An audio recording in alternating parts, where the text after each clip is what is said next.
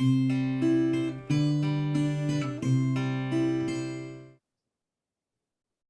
everybody for being here this afternoon for the Be Better Club. It's our last meeting of the semester, and I'm really excited to have Dr. Stevie Carnell here to talk with us about her work. I want to share with you first.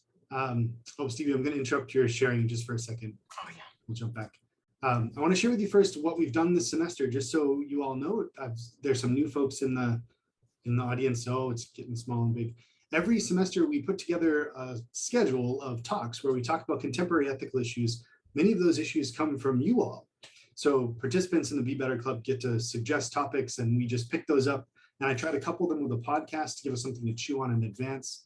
And then we just talk them through in a kind of informal way. So I'm really excited to do this again in the fall. And we'll talk more about this at the end of our session this afternoon. But if you've got suggestions for us coming up for the fall semester, please send them to me. You can reach out to either Dr. Kubler or myself with the Center for Ethics at either our email addresses or centerforethics@ucf.edu with suggestions. And we'd really love your input as we put together the fall 2022 schedule. I'm really, as I mentioned, I'm really excited to have Dr. Carnell join us this morning and this afternoon. It's close to this afternoon.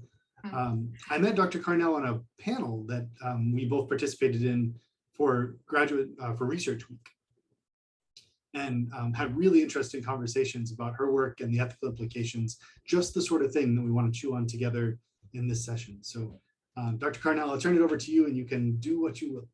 Okay, yeah, I'll share my screen, but I'll say that I think this all came about because I approached Dr. Beaver and said, I have an ethical concern, I think.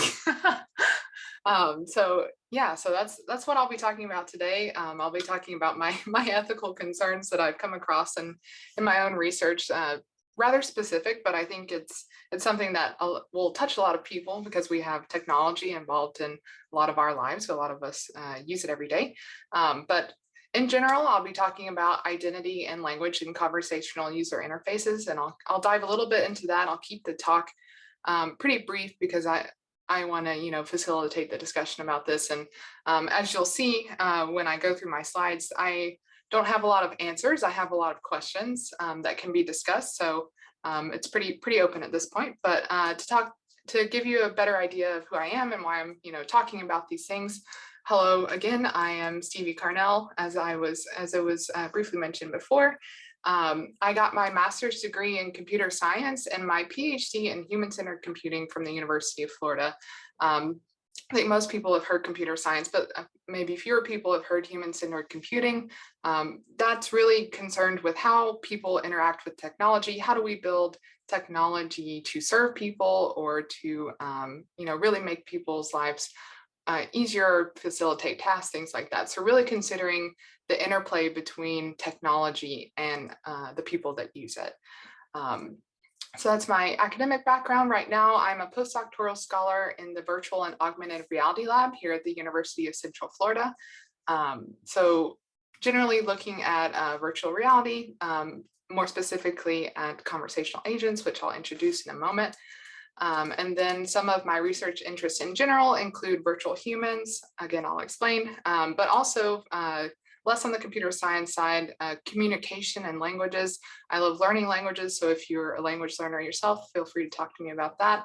And then education, how do we educate people on how to communicate with each other? How do we learn languages, things like that? And then are there ways to use technology to improve those processes? So that was a little bit about me, and it might give you a hint about why I'm going to talk about this next slide, because I want to introduce some linguistics concepts very briefly before we go to the technology side. But since I am only a wannabe sociolinguist and not an actual sociolinguist, I'll turn it over to a video from an actual linguist to talk to you about the interplay between language and identity. This is a talk that Dr. Jesse Greaser gave at Duolingo Con, which is recently an online conference talking about language in general, but of course also Duolingo, the infamous green owl. But I'll quickly play this clip to give you an idea of what we'll be focusing on today. See, language at its core is about who we are and how we signal where we belong. When you think about a language community, you might think, okay, all the people who speak the same language. And you're exactly right. That's one very big language community. And it's really clear that that's a language community. If I show up in Turkey on a layover, which I have, I'm pretty much done for. I don't speak that language or any language like it. I can't do much more than say hi at the airport, and I can only do that if somebody teaches me when I get off the plane. I'm definitely not a part of the Turkish community. So that's a huge language group to which I don't belong. And belonging happens at that big language-wide level. People use language to make distinctions at those huge levels, but they also do it at smaller and smaller and smaller levels. Sometimes levels that are only a few people or a few hundred people at a time. What do I mean? Well, here's one of my communities. I was in the athletic bands, mostly the marching band, at the University of Michigan, where I got my undergrad degree. Go Blue. And if you were in the athletic bands, you got exposed to all the cheers, not only for football, but for basketball and hockey as well. Now, our hockey cheers at Michigan, well, they're not always very nice, I'll admit it. We're pretty mean to the other team, or at least we try to be. And one way we do that is with a cheer where we point at our goalie and yell, goalie! And then we point at the other team's goalie and yell, sieve. Yeah, sieve, like the thing you pat flour through when you're baking. Get it? It's full of holes. Everything goes through it, like the other team's goalie lets the puck go through. But here's the part that makes this a language community. People who are in the marching band, even if they weren't in the hockey band, start to use sieve to mean everything falls through you. Lost your dorm key? You're a sieve. Forgot you were supposed to turn in your homework? You're a sieve. But it only works inside that one community. If I turn to someone at work and go, oh no, I locked my keys in my office, I'm such a sieve. They think of the baking tool and they don't understand why I'm using that word.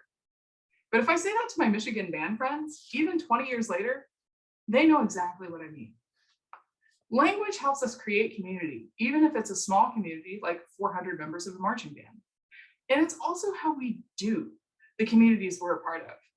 When I call myself a civ, I'm connecting myself to all the other people in the band, not just the people who were in school with me, but even the people who are in the band now. Sometimes it's a much bigger group that we want to signal our belonging to. I'm a Northerner. I'm from the Midwest states of Ohio and Michigan. But 6 years ago, I moved to the South for work. There are a lot of differences between Northern and Southern English, and a lot of similarities too. I want to sound like I belong, but I also don't want to sound fake. And so the thing I picked up, well, it's something that belongs to another community I'm a part of, the African American community. Many African Americans in the US use African American language features at least some of the time. It's a pattern, grammar, and sound system that's unique to the US African American community. And because the US African American community has its roots in the enslavement of Africans in the South, there's a lot of overlap between that and Southern English. And one of those is the word y'all. I didn't grow up saying y'all because I'm from the North and most of my groups that I hung out with were white people. But when I moved to the South, well, it slid into my vocabulary with quickness because I can use it to connect myself to being Black and Oh, sorry for the abrupt end there, but hopefully that gave you a very quick overview of how language and identity can kind of interplay. I want to highlight again 2 points that she made. There are communities that we join intentionally, like she did with the marching band, or if I talk to you about my experiences language learning, I'll use vocabulary specific to at least the online language learning community. Often we'll talk about target languages and language habits, and we have this there's a very well-structured way to talk about how you're learning that if you talk to someone else about another hobby that they're learning may not make any sense. So we have these communities we join intentionally, and then we also have identities that we are a part of, maybe unintentionally or exhibited inherently in the way we speak, particularly like she said, if you grew up in the South or if you are part of the African American community here in the US, you might use the word y'all to signal identity to both or one of those groups.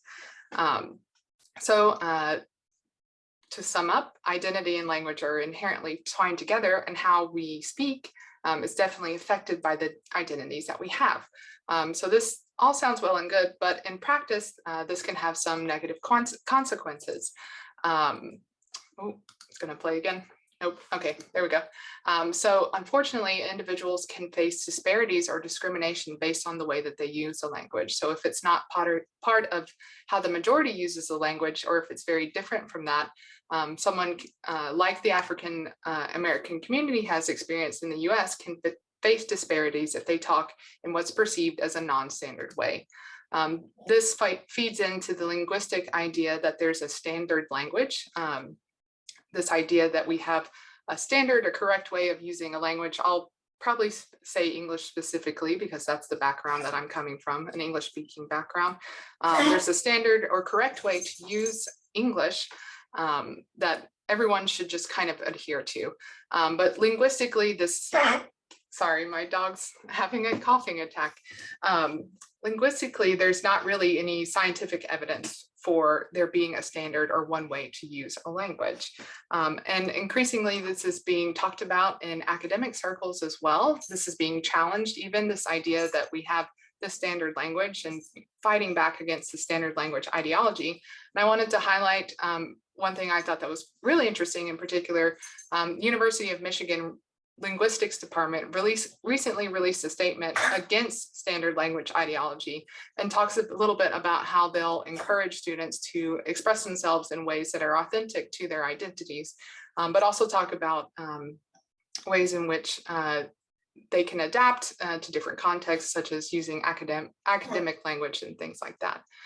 So that was a very brief primer into linguistics. Now I'll turn a little bit more to the conversational user interfaces side.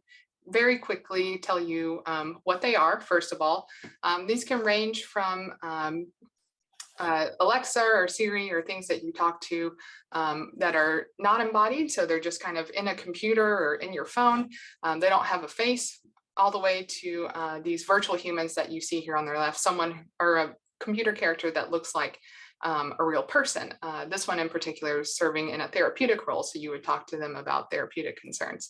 And the thing that kind of ties them together and makes them conversational user interfaces in contrast to like a normal computer where you're sitting typing is that you can talk to it. Hopefully in the way similar that you would talk to a real person. They're not perfect, but in general, you can use similar language to a conversational user interface as you would with a real person. And there's a reason why we can do that. In human-computer interaction, the field that I work in, there's this idea called the media equation that says that people tend to equate media with real life. So if we have a computer and it responds to us in a certain way that's similar to a real human, we might tend to treat it as a real human. And that works really well for these conversational user interfaces because that means if they talk to us, we'll probably talk back to them. And even better for the virtual humans where we have additional information coming in, such as perhaps nonverbal information, eye contact. All these things can kind of contribute to the feeling that we're interacting with something like a real person, so we should treat it and converse with it like a real person. And of course, this makes these types of technologies very useful. We can use them to get voice assistance like we would with Siri, but also use the virtual humans, as I mentioned before, in a therapeutic setting. So providing remote asynchronous therapeutic sessions without having to have a real person on the other end interacting with someone.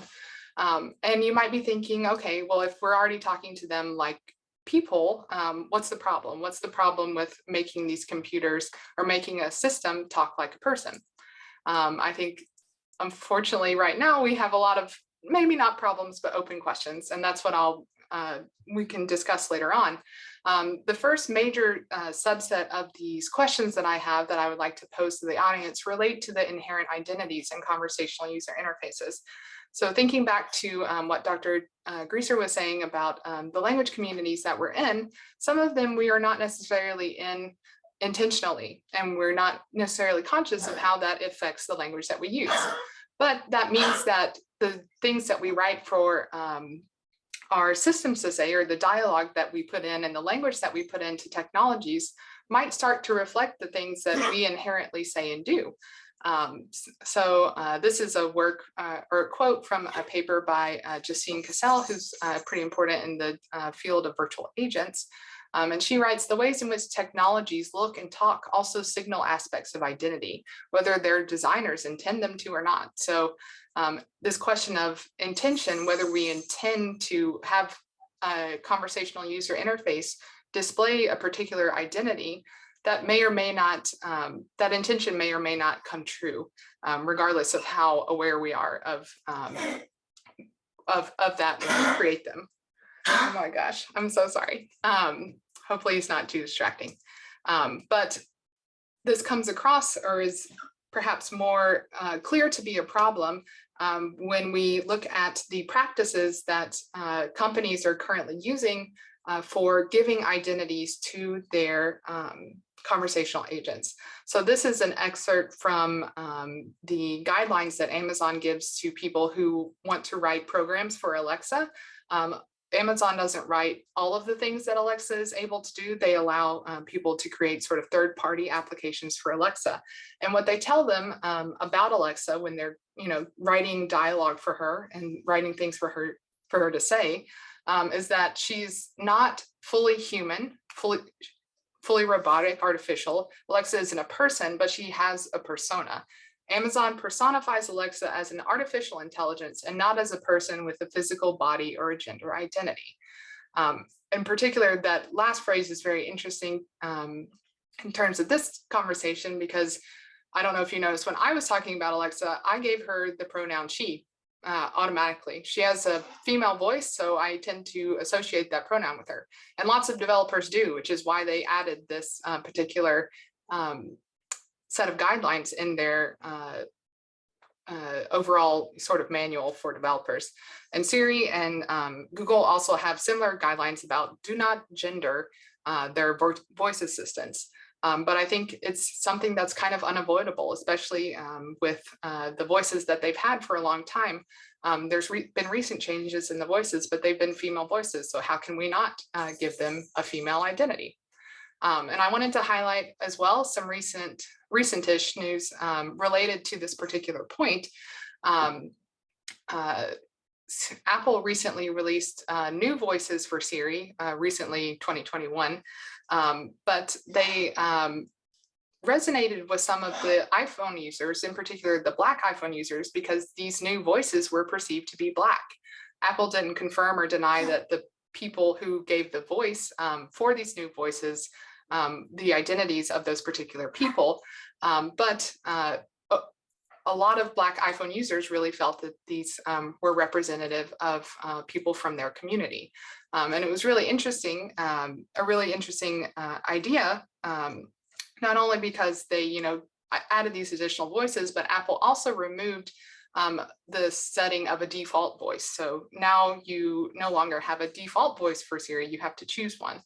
And I wanted to highlight in particular this one quote from this article talking about people's reaction to these new voices.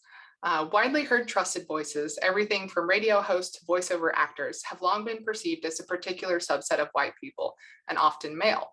So a lot of the response to the Black voices were overwhelmingly positive, because they felt they were being represented, in the African Americans that responded and the Black iPhone users that responded felt like they were being represented in a new way that previously had been kind of shut out or not an opportunity. So there's good and bad to having these different identities present, but I think no matter what, the idea is that they're going to come across, whether we build them not to, or have the idea that we're not going to give them an identity or not. So related to that, I'll pose some questions really fast so you can think about them. We can talk about them in the discussion period. Some researchers, similar to how they were trying to take out the gender identity of the conversational agents, some researchers have posed, let's just give it a computer identity, or let's just make it talk like a machine. But since those identities don't actually exist, I'm not sure we know what they sound like. What language do they use, except for the language that we write for them? And as you just saw in the article, these voices have tended, these computer voices, or particularly in the media, if you look at science fiction and things like that, these voices have been overwhelmingly white and often male, but sometimes female, but those tend to be in servile roles. So what does it mean for us to make something sound like a computer? And what does that say about the language that it's using? Related to the Apple news, I wonder whether we should assign default settings for conversational user interfaces, not only for the voice, but potentially for the language that they use. And then a question very specific to that setting is that I'm not sure, I don't know this yet, and this is an opening for potential research, but does it matter if Siri uses the exact same language for all the voices that are used by the system? Does it matter if Siri talks in the exact same way for the white perceived voice versus the black perceived voice, or even now for the male perceived voice or the male presenting voice versus the female presenting voice? I'm not sure, but it would be interesting to know if there's differences, and if maybe the language should be adapted, or if it's okay that it's the same. We don't know.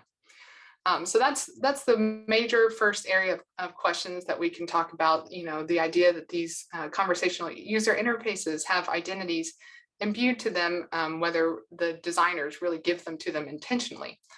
The other one I wanted to talk about veers more to the embodied side. As I said before, because we tend to treat media as we would a real person, that means we can use technology often as a, not exactly substitute, but as a way to sort of fill in for people when we need them to. And this, of course, makes it a really great use of technology, because we can, use it to make our lives better and use it to fill in gaps, but we have to make sure we're doing those in the right way. But I wanted to highlight one particular example, because this is very related to my previous research. I looked a lot at using virtual humans for communication skills training. So how can we use a virtual human, or how can interacting with a virtual human make you a better person in the real world? There's very famous work that I'll highlight here, where they were looking specifically at communication skills in terms of public speaking. So the question here is, if I put you in front of a virtual audience, even a virtual audience that is not as technically proficient or good looking as the ones we have these days, this is back from 2006. But if I put you in front of a virtual audience, does that make you anxious like you would be in front of a real audience? If you have a phobia of public speaking, would this help? Is as a sort of form of exposure therapy. And they found that when they put people who had phobias of public speaking in front of a virtual audience, they had similar reactions. So you can provide a form of exposure therapy to public speaking for public speaking phobias with virtual humans, which is great. We don't have to, assemble an audience every time you want to train someone on public speaking. But I think there's additional concerns there. The audience, you can make it more or less real. You can give them animations and things like that. But I think it becomes further complicated when you want the virtual human, of course, to talk back to you. And this is something that I worked on previously. Very specific to my work, we were looking at developing communication skills for medical students. So how do we enable doctors to interact with their patients better?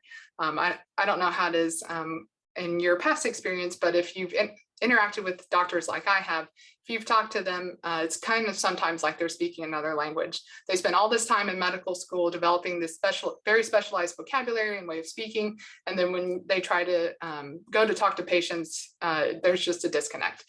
So this was something that we were working on using the virtual human technology for a problem that we were trying to help with. And in particular, this was a virtual patient that I worked on. Her name is Lily Smith. And she was a 65-year-old patient who had dysphagia. And here we can't avoid the identity question, if it's even avoidable. It's definitely not avoidable in this particular setting. We have to give her a background. We have to give her a story, because you're going to talk to her and you're going to ask her questions like you would a real patient. So she needs to be able to answer what her name is, how old she is, where she lives, all those sorts of things. But the interesting, or perhaps the complicated part here is, how do we write this dialogue for her to say? Who should be involved in this dialogue? We need to make sure that it's ideally representative of the identity that we give to her, but also it has to be medically accurate. accurate to the particular case she's presenting. So there's a couple of different ways we could do this. We could have someone like Lily write dialogue for her to say, just have someone that's 65, a female who had dysphagia, write dialogue for her directly. That's very specific and it might be hard to find, but we could do that. Another approach is to create a large data set of Lily-like dialogue from people who are like Lily, collect speaking samples from them to make a machine learning model.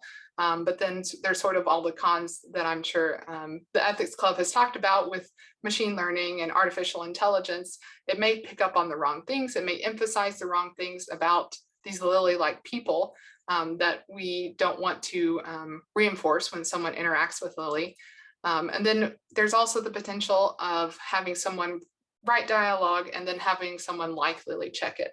But then we have sort of the complicated effect of multiple identities writing dialogue for Lily, and it's not sure, or it's not clear which one will come across the most or which one will be most represented in the dialogue that's produced. So there's lots of different ways to approach it, but honestly right now I'm not sure that we know what the best one is or what the least bad one, I should say, is. And then as with the previous area, I wanted to highlight some recent news related to this and the dialogue that we give to characters, virtual characters. So there was a company, there is a company, I should say, rather, called Mersion. They work on VR simulations. Previously, they were working on teaching simulations, I believe, but in the wake of a lot of the events that happened in the US during the pandemic, they worked on creating VR simulations for racial sensitivity as well.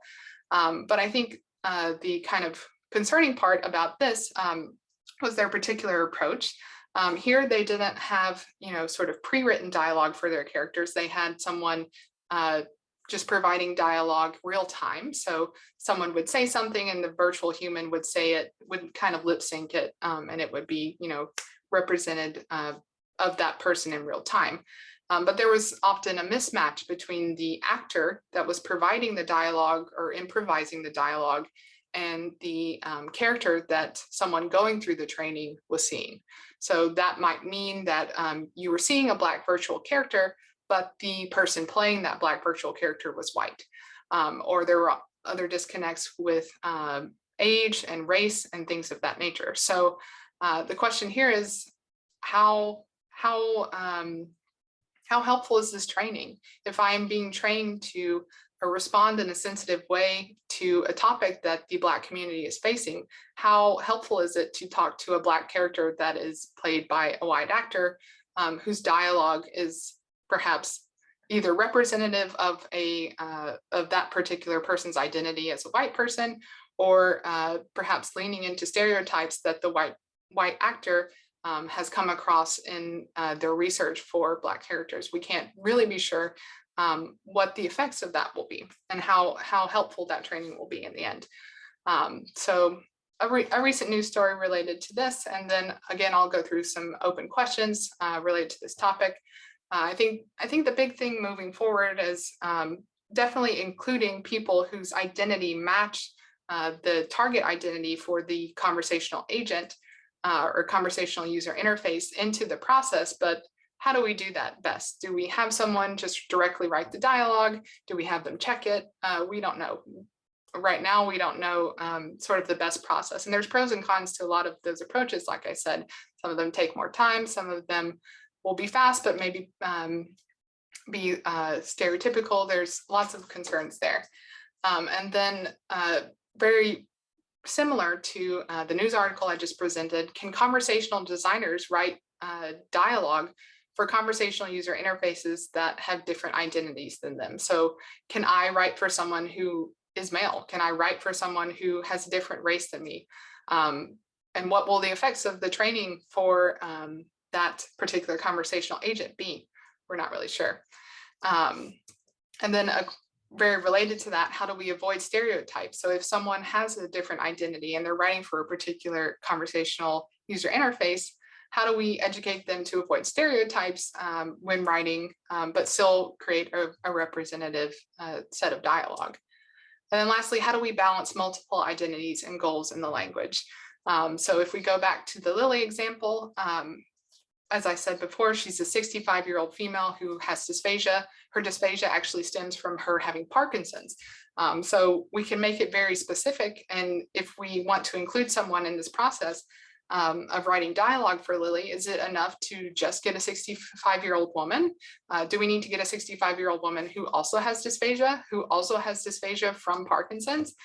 So it can go on and on and on. What's the most important factor when we're writing dialogue and when we're choosing who to involve in this process? So that was a lot of questions. I know I don't have many answers for them, but I hope we can talk about some of them. And yeah, that'll conclude the presentation section for today. Thanks, Dr. Carnell. That was great. It's so interesting. You're working on such a specific angle in chatbots, and the landscape is, the podcast used the language of the Wild West, like Gold Rush style, right? The landscape of chatbots is just unregulated and wide open. And so there's all these questions that we could ask. So I hope those of you who've got questions for Dr. Carnell will reach out to Stevie on the email address here. I put it in the, actually, Stevie, if you want to put it in the chat as well, that would be great. Yeah. But if you've got questions for Dr. Carnell or generally about chatbots and ethics, feel free to ask them, and we can start a dialogue that way. Yeah, that would be great. And I know there's a lot of new faces, new names in the participants list today. So if you don't know how this normally works, it's just at this point wide open. If you've got any sort of questions about chatbots and ethical implications, we can talk about historic examples.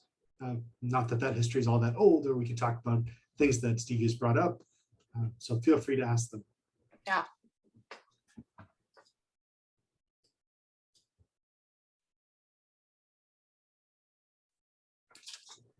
Ooh, I think someone might be crying. Maybe. Well, I don't know if this is a question. It does seem to me, it's almost embarrassing that Americans generally are monolingual.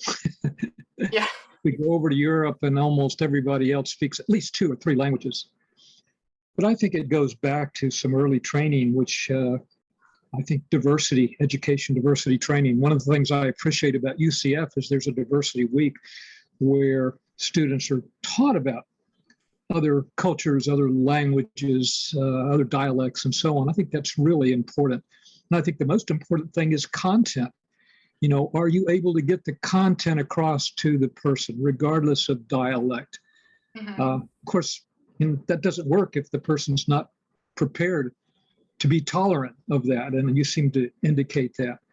And so, gosh, it's hard to know quite where to start other than to try to determine, well, just, you know, what are their sensitivities?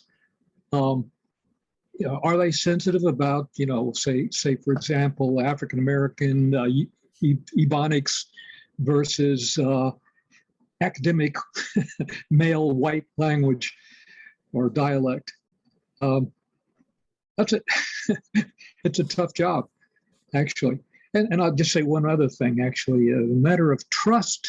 It's got to come in there someplace. I was involved in an experiment with UCF, which was promoted by the military. And the idea was, how do you teach military people to trust the new AI types of systems that are coming on?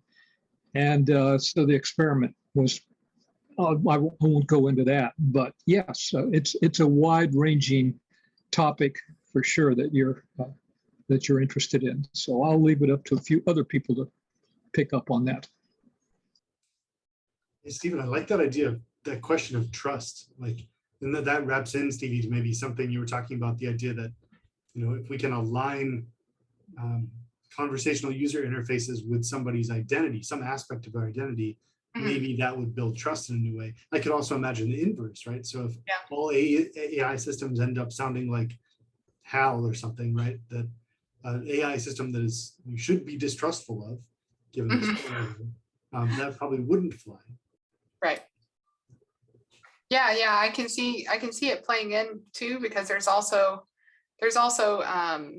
trust issues about language use in the real world as well. If you use language from communities that you're not a part of, and it's very evident that you're not a part of those communities when you use that language, there's a social issue there that often arises. And I think it's a silly example, but if your parents ever try to use like slang that you use, it just comes off as weird, and it sets off either you laugh at them, or you think they're trying too hard, or there's a sort of negative reaction, sort of at best, in those kinds of scenarios. So that's something I think we need to look at further with technology, as it will get probably more capable of sounding more and more like us. What's the degree there? Do we want agents with accents? I don't know. Maybe it'll help some things, maybe it'll make some things worse. I'm not sure. I love the idea of the unironic boomer chatbot. Yeah. Mohan, do you have a question? I see Dr. Kulish hand too, but Mohan, do you have a question for us? So I just wanted to piggyback on the trust part. Like I've been working with some of my collaborators on using virtual humans and in the healthcare section. Mohan's an old colleague from UF, so UF. I have to preface that I invited him myself. So Thanks, Stevie, for inviting. So earlier, like in one of the projects that I've worked on, we have had like similar kind of issues like Stevie brought up. So for example, if I was the software developer for this project, and we were tasked with designing a Black character.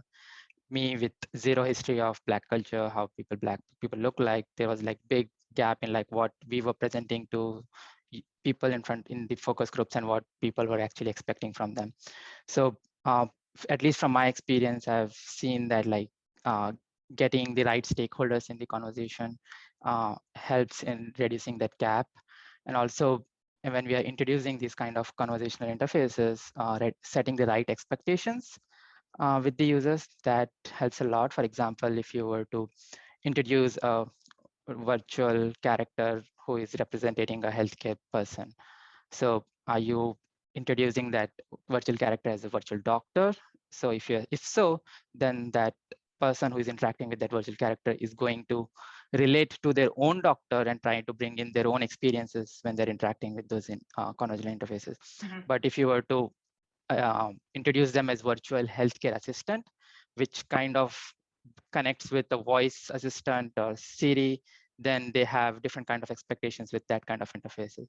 So how you introduce these characters just even before people talk to them, that itself forms the impression of like how they see them when they're conversing with them.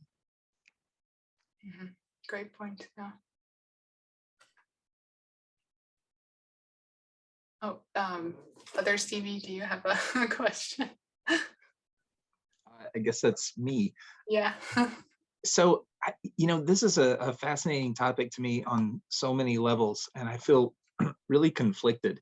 One of the reasons it's fascinating to me is I really like language myself. I have a BA in German, and I'm trying to keep up my German. I'm from Louisiana, so most of my relatives speak some form of Cajun English that's almost indecipherable for most people. And I love it. I think that's so cool, the sense of identity. Just as one example or anecdote, when you go over to someone's house in Louisiana, the first thing they say is Jeep. Jeep?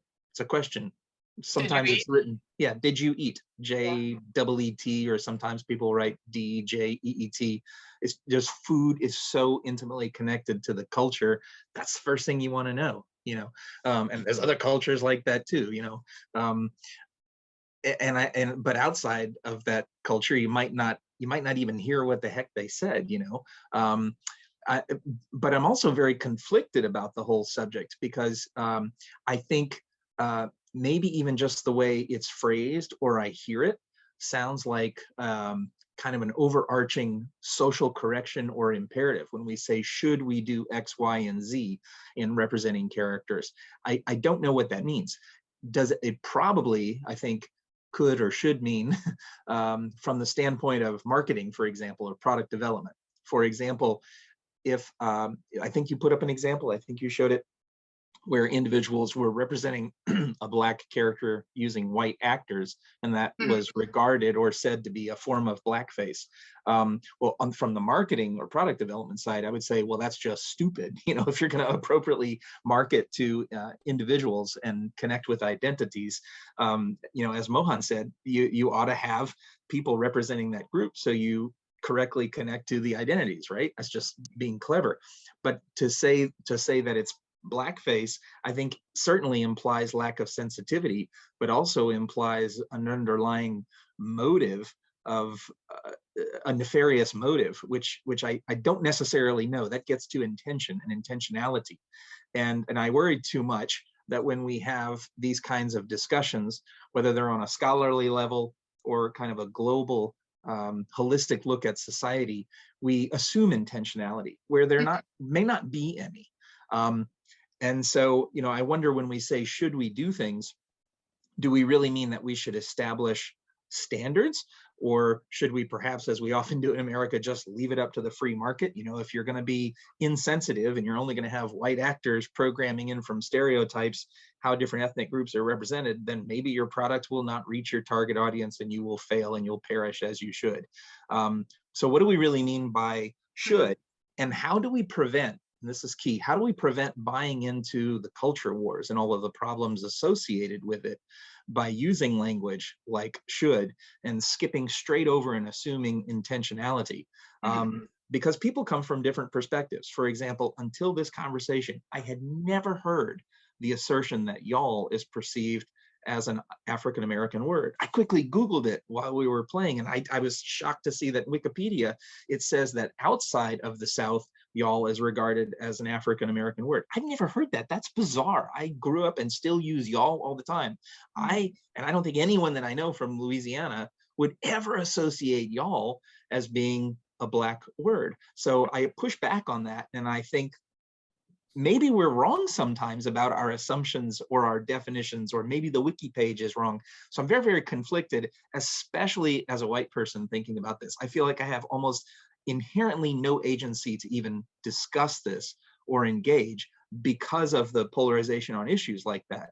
And I think what we lack often is we lean in too much on should, and we don't lean in enough on celebrating diversity. Like, I think it's really cool to talk about Jeep as a word, right? Or to talk about y'all as being a functional second person plural, like most European languages have, right? Or Cockney rhyming slang, or all those things that really make diversity interesting, as opposed to all the shoulds that seem to drive discussions of diversity. So I'm very conflicted by the whole topic, and I really appreciate your presenting it in such a erudite way. Yeah, I think you raised some interesting points. I think particularly in terms of, the intentionality behind those things. And you're right in that a lot of it isn't intentional, but I think when it's especially complicated when we're, as computer scientists, we're setting out to, in some ways, represent, part of the human experience in technology. We're trying to replicate that to some degree. And, you can quibble about how successful we are at that, but that is to some degree what we're working on. And I think when we do that, regardless of, kind of what we're aware of or what we're, knowledgeable about, we do have some sort of, I don't want to say imperative, but, there should be some sort of standard or idea, not standard. I'm duty, professional duty, maybe, or I'm talking about language this long and I can't find words myself. Some sort of duty to reflect that as accurately as we can, and I think that overarching idea is not necessarily always there, and that's what happens, or that's what this lack of that is what happens when, or what produces those headlines, like the one where we have white actors playing Black virtual characters, and so I initially presented a lot of this work in a workshop paper at a conference that I'm involved in. And there I'm, not necessarily saying should and how we, we have to do things a certain way or we have to do this, but more of a, we should be talking about it. Because, like you brought up, these things aren't necessarily always intentional, but we need to be aware of them nonetheless. And I think, as Mohan said, bringing in the right stakeholders, knowing that we need to do that, and knowing that, acknowledging that we can't necessarily just, if we want to build a virtual human, unless you're just building a virtual copy of yourself, I'm not sure that it's going to be that successful. And even then, maybe not, because how much can you, really be aware of or know oneself enough to copy yourself? I don't know. Maybe that's a different discussion. But involving more people, recognizing that, this is not such a solitary thing and not such a fast thing. There's a tendency to try to do things quickly, I think, in computer science because we can, but there again, there's the question of, if we can do it quickly, should we do it quickly? And again, it goes back to that concept of representing the human experience and doing that to the best ability that we can. Yeah, that's really great. I think I'll let Stephen talk, but I just wanted to compliment you because I think your discipline and the work you're doing is so fascinating, and I think it speaks volumes about departments in computer science that really have a place for the kind of academic work that you're doing, because it just bridges across technology into the humanities so nicely and so thoughtfully. Go ahead, Stephen Hall. Thank you. Yeah, while you're dealing with words like y'all, you might want to look up Ewans, which is Northern and Canadian lingo as well. The other thing I want to bring up regarding trust is transparency. I think trying to be something that you're not is a block to communication right away. And by the way, in Shakespeare's day, all the actors were male, and even the ones that played the female parts, nobody seemed to have a problem in Shakespeare's day. But transparency has to do, I think, with making clear right at the beginning, who or what you are. There are some bots that you're not really sure whether you're talking to a real human or not. And of course, this is the old Turing test for AI. So I think you need to make that clear. Doctors have this problem all the time when they're talking to patients. You don't want to use the medical highfalutin language when you're trying to talk to a patient at their language. So making clear who you are, and if that seems objectionable, then you have to try to deal with that in some other way. But at least through transparency, you can maybe earn the trust, even if you don't speak quite the same lingo as the person at the other end of your conversation. Mm-hmm. Yeah, and I think it ties in well to Mohan's point about, setting expectations for the conversational user interface that you're about to interact with. Is it representing someone who has that, sort of medical expertise of a doctor, like Mohan said, and you bring all of your past interactions of talking to doctors to that versus, setting it up as a voice assistant or a health assistant. I forget the exact phrasing Mohan used, but talking about that's a big thing too, because we also I think have a tendency, because it's a computer, there's this implication of quickness always. It should understand me immediately. It should work. But people, we don't have unfortunately, that part of the immediate equation doesn't quite translate. People don't expect computers to take time to respond to them like they do with real people. I think maybe that's the next thing Mohan and I need to work on, is understanding how we can get people to treat computers like that in that respect. Right. But yeah, you made a great point about transparency, and then of course, like I said, I think it ties in well with Mohan's point about expectations. To go meta for a minute, I've been sort of like mapping in my head the places the conversation has gone, and it's interesting because all of these conversations, whether it's ethics of chatbots or ethics of algorithms or AI, they dance around this relationship between the transparent, the accurate, the just, and the successful, right? Mm-hmm. And those things don't all fall easily into the same bucket. So, and I think this might circle back around to Dr. Kubler's point too, like the other Stevie, as I'm now going to call him forever and ever.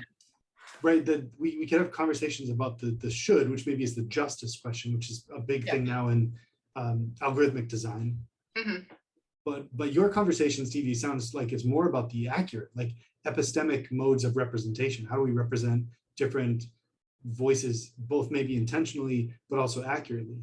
There's a second question on top of that about how the just way to do that, the should. So the normative and the epistemic are really tightly coupled all the time. And I think that's what's so interesting about your research is that, you can't really tease those apart, but we want to. Because as programmers on the programming side, the technical side, we want to think about accurate representation and at the same time talk about what the best representation is. And that like those crash together at every turn, which is interesting. But then coupled onto that, I mentioned is the like successful, and I mean that kind of in brute economic terms. Like what's the thing that's going to sell the most products? Mhm. And so that landscape, like I couldn't even be a designer at this point because those things all lump together so messily that you're pulled in every direction all the time. So yeah, it's super interesting.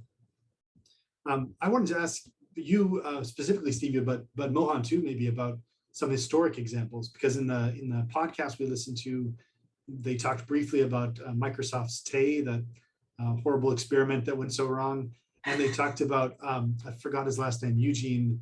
I've got it in my notes here somewhere. Do you remember the one, a bot recently passed, not recently, but a few years back, passed the Turing test, about, like convinced about 33% of participants that Eugene was a real Goodman. Is it Eugene Goodman? Is that right? There have been several bots, several chat bots that have seemed to come close to this threshold where the question of representation seems to really matter. They've got identities, they can convince others that they're real. And then Tay, who had a very clear identity, was taken advantage of in really particular ways. And I wonder if you could sort of help us think through the ethical issues of these, I don't know what, I guess, historic examples? Mhm. I don't know if I know the exact one about the Turing test that you're talking about. I know there was one a few years back that they say more or less passed or came close, but it was a child chatbot. I think it was like young, and that's potentially why it got through, because children have different language capabilities than adults, so that certainly can help simplify the computer problem side of it. So I think so you're asking about just talking about historical examples of chatbots, or Well, one of the things that I try to do, I think, in this group or for this group is try to like get a sense of the landscape of ethical issues, because with bots like Tay, there were real questions of like risk and violence. With Eugene, there were questions, and especially Eugene passing the Turing test, whatever that means. There's questions of autonomy, like what kind of choice do we get to make? There's questions of privacy, like the landscape of ethical issues seems big. And I wondered how that related to the sort of landscape of ethical issues in your own work. Do you see it as encompassing all of those things or much narrower? I think there's so many unsolved questions still that they're probably still largely the same ones. So if you go back to kind of, I think probably the first one, if you're familiar with Eliza just kind of took advantage of how sentences are structured, and was just text-based, but it would basically repeat back what you said to it. So if you said, oh, I'm feeling kind of sad today. And well, why are you feeling sad? Well, I was fired. Well, why were you fired? And it kind of keeps going like that based on what the person puts into it. And there's questions there of, privacy, of should it just be continually pressing you about these potentially personal issues? What does it mean for it to constantly just be mimicking, in a sense, how you sound and sort of taking on your personality? There's questions today about that. If how people feel about conversational agents adapting to them, because that's something that we do when we talk to each other naturally. If I point at a piece of furniture and say, look at my new couch, you're not going to start calling it a sofa. I introduced it as a couch in that conversation, so you're going to probably call it a couch too. But is it weird when computers do that to us? Some people it makes uncomfortable, some people don't really notice. So I think there's kind of persisting questions that we haven't solved yet. Maybe the computers sound a little better these days, but there are similar problems. Mohan, you can jump in too if you know of other historical examples as well. Not from the perspective of historical examples, but from like based on how the field that I'm working in, you can separate out these identities into like different bins. There is cultural identity, there is social identity, there is whole concept of computer versus humans. For example, the virtual character that you saw, it's a 3D character. You can say that it's not a real human being. But if you go with the state-of-the-art technology, you have like real human faces that can be altered and that can talk to you, and you cannot say that if it's not a real person. So that itself is like a important ethical discussion that can go in the whole like identity of computer versus human being. So this, if you were to look at the whole domain itself, then I think starting from the different types of identities that people are attached to, that can be seen as a direction that one can explore. For not just with like even with conversation interfaces. If you go to like our day-to-day experiences with streaming sites, say if you watch a movie and on a particular streaming site, and that streaming site knows that I'm an Indian who speaks a specific language, and it starts showing me thumbnails of Indian actors in each of those movies. Is that a stereotype, or is that something that's making me more likely to click? That will lead them to be more successful, like Jonathan brought up, the whole mental model of being successful. So that can branch out in different ways depending on which identities are very important for a specific group and how they identify themselves, or how they don't want them to be identified, and to avoid stereotypes. Yeah, it seems like in your example, Mohan, the short answer is both, right? That when Netflix or another streaming service shows somebody representations of people they assume are geolocated similar to the user, they're both doing it for a sales reason and a representation reason. And if they get it wrong, then both of those things are affected negatively, right? So yeah. When then, whether it's language or visuals, do people become accepted into a group? What makes someone part of a group? You know, are you part of a group because you self-identify as being part of that group, even if you use the language improperly? Or do you become part of a group because someone else accepts you? And I'm sure there's, you know, tons and tons of scholarship on that very idea, but it touches so many other things. You know, you can move to another country and try to start using the language. Do you ever become part of that country if someone detects some sort of a you know, an accent or whatever?